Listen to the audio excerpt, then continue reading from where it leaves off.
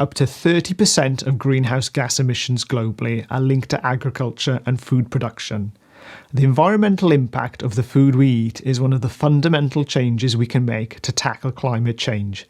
Our food system is also responsible for habitat loss, soil degradation, and high water usage levels. Ultimately, this leads to environmental damage.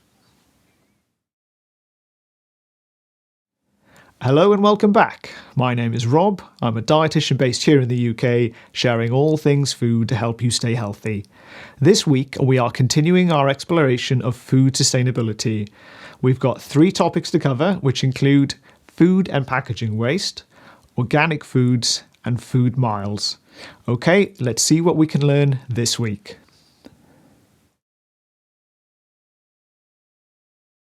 In the UK, 10 million tonnes of food are wasted every year, with the vast majority being household waste. Wasted food and drinks results in unnecessary land, water and energy use. In addition, the decomposition of organic matter in landfill releases greenhouse gas emissions into the atmosphere. It also represents wasted money that individuals could be saving for something else. UK supermarkets also produce approximately 1 million tonnes of plastic packaging, further contributing to the environmental impact of our food system. To help you get started on reducing your food waste and food packaging usage, here are 5 simple tips. 1. Shop smart. Make sure you plan ahead by making a list before going shopping and checking what foods you already have in the house. This is certainly something I could be doing more often. Some people may find it easier to do a few smaller shops throughout the week so you don't need to stock up. This may also make it easier to cycle or use public transport to get to the shop. Also consider utilising supermarket delivery services. This allows you to carefully review your order and you'll be less tempted by those end-of-aisle offers. 2. Love your leftovers. Eating your leftovers can save you money and time, and they can be tasty. Try incorporating your leftovers into weekly meals. For example, any spare sauces or dressings can be used as a soup base, and that evening meal you couldn't finish will often make a nutritious breakfast. 3. Learn to preserve. Pickling, drying, canning, fermenting, freezing, and curing preserves foods, making them last longer. Don't forget, frozen food is often as nutritious as its fresh counterparts and keeps better. Consider choosing these varieties if you find yourself binning fruit and veg, especially if it comes in very big portions. You can use old berries for jams, freeze sauces into ice cube trays, or even pickle foods like onions and cabbages. 4. Work wins. Take a packed lunch to work in reusable Tupperware or glass containers to avoid buying packaged foods. Avoid buying bottled drinks by carrying your own bottle and filling up at drinks fountains. It doesn't take long to get into the habit of bringing your own reusable coffee cup when you leave the house. You may notice many cafes now offer a small discount if you ask for them to use your cup, and you've saved on plastic waste too. To expire or not to expire? That is the question. Most food that has just passed its expiration date is still safe to eat. The sell-by or display until date is for retailers to manage their stock. The best before is a suggested date to indicate when foods are out of a premium quality. A use-by date on food is about safety. This is the most important date to remember. Foods can be eaten until the use-by date, but not after. You will see use-by dates on foods that go off quickly, such as meat products or ready-to-eat salads.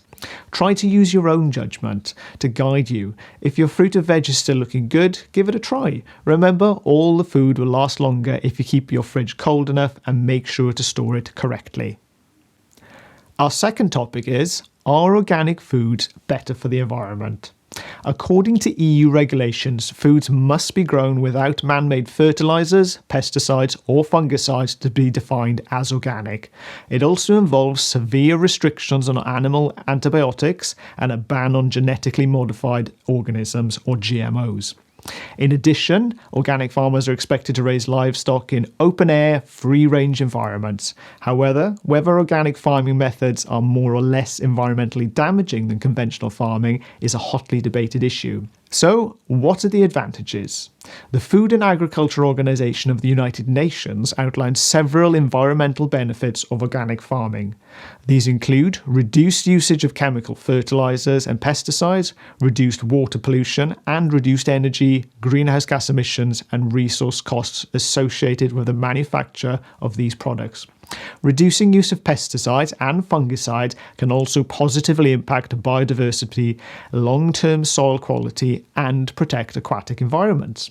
In addition, practices associated with organic farming, such as crop rotation, can reduce soil erosion issues. The Soil Association highlights the higher carbon storage potential of organic farming techniques. It emphasises the resilience of organic systems to climate change due to less reliance on oil-based fertilisers, which will not be sustainable in the long term. And what about the disadvantages? It has been well established that organic farming is less productive and yields less produce per hectare of land. Research has shown that grass-fed organic livestock takes up more land but emits similar levels of greenhouse gases. Although using less energy, organic crop farming actually emits comparable levels of greenhouse gases and uses more land. Research has concluded that more intensive high-yield farming can have lower greenhouse gas emissions. It uses much less land as long as appropriate safeguards are used to reduce the impact of pollution. High land use has significant environmental impact because the land used for farming cannot be used for something else. Taking up more land for agriculture could lead to increased deforestation, habitat loss, which we looked at in last week's video with crops such as palm or soya. Organic food is also more expensive to produce and costs more to purchase, making it less viable for more deprived communities. Part of this increased cost is due to the relatively small proportion of farming that is currently organic. Therefore, the sector does not benefit from economies of scale or the same degree of R&D to reduce costs. So in conclusion, much more research is needed to properly understand the environmental impact of different farming systems. It remains far from clear that organic farming is necessarily better for the environment, and there may actually be increased costs, especially related to land use. Finally, I wanted to discuss how relevant are food miles when considering diet sustainability. Approximately 50% of the food consumed in the UK is produced abroad. Even within the UK, the food we eat can come from many hundreds of miles away. The concept of food miles is often used to describe this. The standard view is that minimising food miles will have a positive environmental impact. It is true that food transport has a significant environmental impact. A government report in 2005 found that 25% of all miles driven by heavy goods vehicles are to transport food. However, evidence suggests that a solution may not be as simple as we expect. Although transport does have an impact on the environment, generally it represents about 1/10 of the total greenhouse gas emissions, with production representing a far more considerable proportion. Consequently, it can be less environmentally impactful to import food from where production impacts are much lower. For example, tomatoes grown in the warm climate of Spain have a much lower impact on the environment, even taking account of transportation, than tomatoes grown in heated greenhouses in the UK. Therefore, eating not just locally but in season is crucial. Here you can see the broad hierarchy of different fruit and vegetable types in terms of their impact on greenhouse gas emissions. How we go to pick up our food has an impact as well.